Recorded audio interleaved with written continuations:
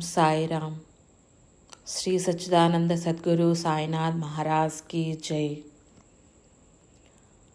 అది మరచిపోయి ఆ క్షేత్రంలో జరిగే పరిమాణాలకు కారణాలు వెతుక్కొని కన్నీరు కారుస్తున్నావు. తప్పు. అది నీది కాని ప్రాజెక్టులో నువ్వు ఉన్నావు.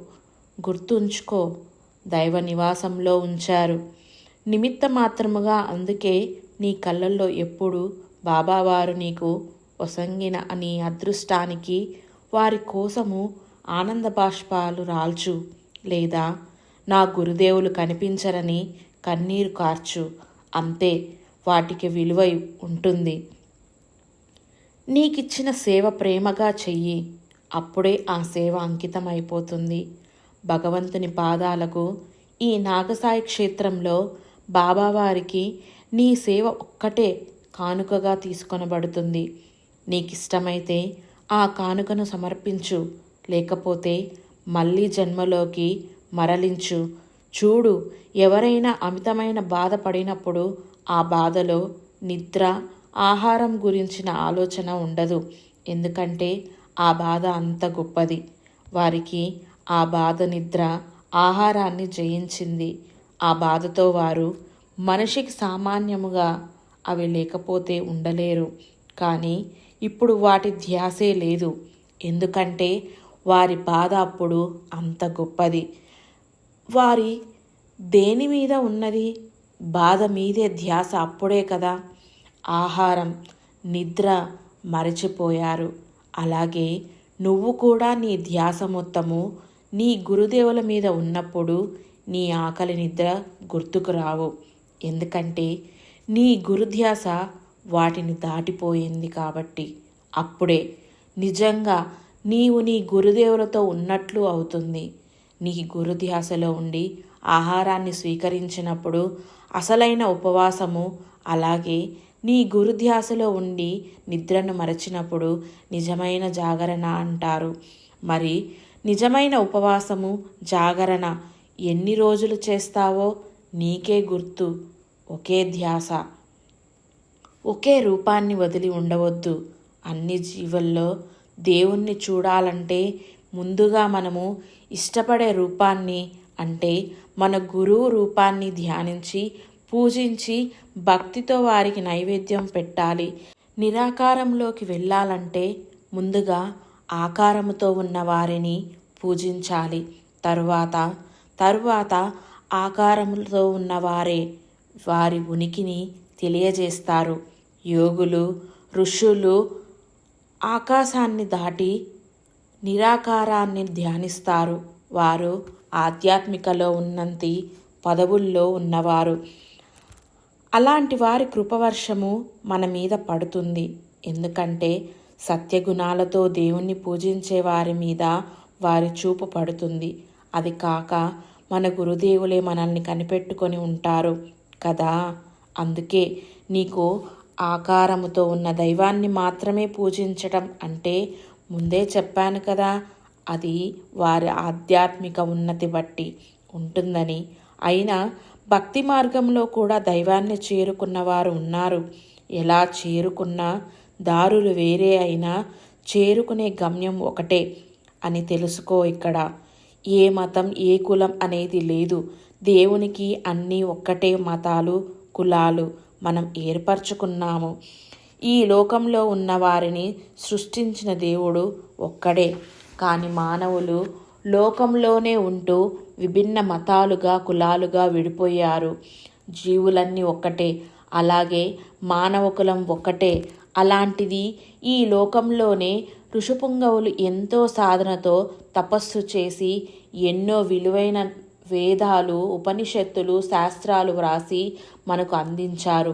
ముందు కాలంలో కోసం ఆనాడు ఎంతో కష్టపడ్డారు. అది మానవునికి తెలిస్తే, వాటి విలువ తెలిస్తే ఆచరణలో అద్భుత ఫలితాలు సాధించవచ్చును. కొంతమంది మహానుభావులైన మహాపురుషులు వాటి విలువ గ్రహించి వాటిని పఠించి మానవ శ్రేయస్సు కోసము ఉపయోగిస్తున్నారు. వారి వల్లే కూడా మనము భక్తుని ఉనికి తెలుసుకుంటున్నాము. అందువల్ల వాటిని ఆచరించడం వల్ల దేశ కాల పరిస్థితుల్లో క్రమశిక్షణ, క్రమబద్ధత ఉంటుందని అప్పటి కాలంలో ఋషులు ఆ అమూల్య గ్రంథాలను రచించి ఉంచారు. వాటిని మనము అంటే ఈ లోకంలో ఉండేవారు అందరూ తెలుసుకొని ఆచరించాల్సిందే. అలాగే మతముతో ఏ పని ఏ మహానుభావుడు చెప్పితే ఆ మహానుభావుడు మన కులము మా మతము అని కులమత భేదాలు అంటగట్టము. అలా మనము ఊరికుండి పోవడం జరుగుతుంది. కానీ నిజానికి ఏ మహర్షి అయినా అందరికీ చెందినవారే. ఎందుకంటే వారు దేవదూతలు. దేవుడు అందరివాడు అంటే దేవదూతలు అందరివారే కదా. అలాగే వేరువేరుగా ఎవరిని చూడవద్దు. కులము కుమ్ములాటలు మతము వద్దు. సబ్కా మాలిక్ ఏక్. ఈ భూలోకంలో ఉన్నవారు అందరూ ఒకే కులము అందరిది. మానవ కులము మంచి మనసు అనే మతం. మన దేవుడు ఒక్కడే. ఏ రూపంలో అయితే ఇష్టమో ఆ రూపంతో కలవాలి. అంతేకాని ఎవరిని విమర్శించవద్దు. ఎవరిని తూలనాడి మనసు బాధ పెట్టవద్దు. అందరిలో చైతన్య రూపంలో ఉన్నది దేవుడే కదా. అందుకే అలాగే ఏ మతం పేరుతో వ్రాసిన గ్రంథాలు శాస్త్రాలు అన్నీ అందరికీ సంబంధించినవే, అందరి సొత్తు. వాటిలోని సారము అందరికీ అందవలసిందే. ఒక్కరి దగ్గర ఉన్న అమృతాన్ని ఒకే కుండలో పోసి అందరం పంచుకొని సేవించి దేవుని మనసులో కాస్తైన చోటు సంపాదించి దానికోసమే కదా మన జన్మ వచ్చింది. దాన్ని స్వార్థకము చేసుకుందాము.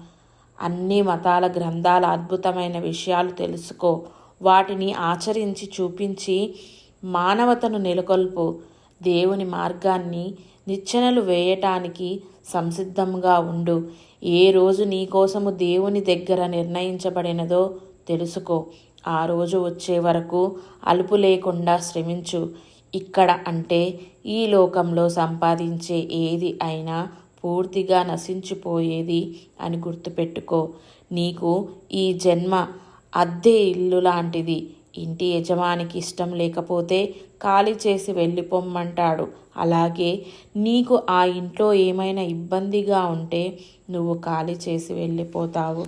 అలాగే ఈ ఇంటిని ఎప్పుడు ఖాళీ చేయాలో తెలిసిన యజమాని ఏ రోజైనా ఖాళీ చేయించవచ్చు. అది నీది కాదు. దాని మీద నీకు హక్కు లేదు. ఏ దేహమనే నీవు నీది అనుకున్న ఇంటిని ఖాళీ చేయకముందు దేహము సహాయముతో నీ గురువుదేవులను ఎరుకతో గుర్తుంచుకోవాలి. ఖాళీ చేసిన దేహము భూమిలో ప్రాణము గాలిలో కలిసిపోతుంది. దీనికి నీ ఆరాటము, నీ ఆశ ఎందుకు? ఎప్పుడు ఇలాగే చేయాలి, ఇలానే ఉండాలి అనే మొండివాదన, చాదస్తమైన పనులు, వాటి వల్ల నీవు ఈ భూమి మీద జన్మ ఎందుకు వచ్చింది మరచిపోయావు. అది మరుగున పడిపోయింది. నీకు ఒక కథ చెబుతాను విను. ఒక యజమాని ఇంట్లో వారి నాన్నగారు చనిపోయారు. అప్పుడు వారి అంత్యక్రియల తర్వాత అందరూ భోజనం చేయడానికి ఉపక్రమించగానే అరుస్తూ ఒక పిల్లి వచ్చింది. పిల్లి వచ్చింది కదా అని చనిపోయిన వారి కుమారుడు మొదట ఆ పిల్లికి భోజనం పెట్టి తాను తిన్నాడు. వారి పక్కనే కూర్చున్న వారి కుమారుడు ఈ సన్నివేశాన్ని చూశాడు. తరువాత కొన్ని సంవత్సరాల తర్వాత ఆ ఇంటి యజమాని చనిపోయాడు. అలాగే అంత్యక్రియలు జరిపించి ఎప్పటిలాగే భోజనానికి కూర్చున్నారు. పిల్లి రాలేదు. పిల్లికి అన్నం పెట్టి తినాలని వారి కుమారుడు ఊరిలోకి పంపించి పిల్లిని తెచ్చి అన్నం పెట్టి వారు భోజనం చేశారు. ఈ సన్నివేశము వారి పక్కనే ఉన్న ఆయన కుమారుడు చూశాడు. మళ్ళీ చాలా సంవత్సరాలు గడిచాయి. ఇప్పుడు ఆ యజమాని మరణించాడు. ఎప్పటిలాగే అంత్యక్రియలు అయిపోయాయి. భోజనానికి కూర్చోగానే పిల్లి లేదు. పిల్లి ఎక్కడ వెతికినా లేదు.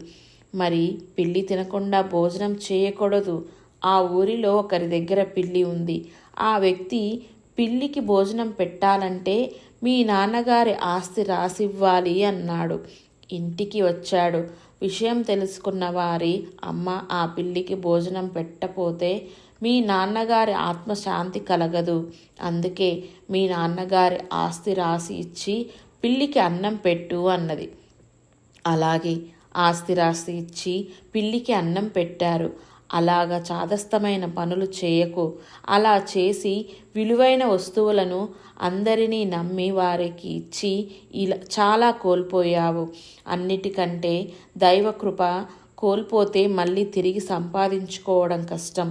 నీ తప్పుల తెరలను త్రుంచిపడై ఇంకా ఎప్పుడు వాటి జోలికి పోవద్దు. ఎవరు ఏమైనా పట్టించుకోవద్దు. వారు ఊరికే నిన్ను అనడం లేదు. నీవు ఇది వరకు వారిని అన్న మాటలు తిరిగి నీకు చేరాయి. ఎవరిని దూషించవద్దు, ఎవరిని నిందించవద్దు. అందరూ నీ వాళ్ళే.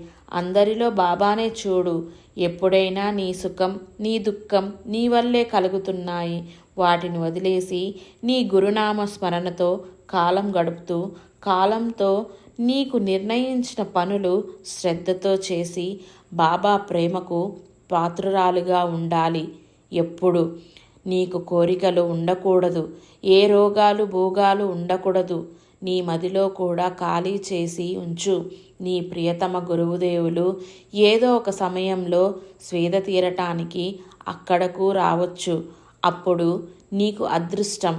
ఆ కాలంలో నీ సంకల్పం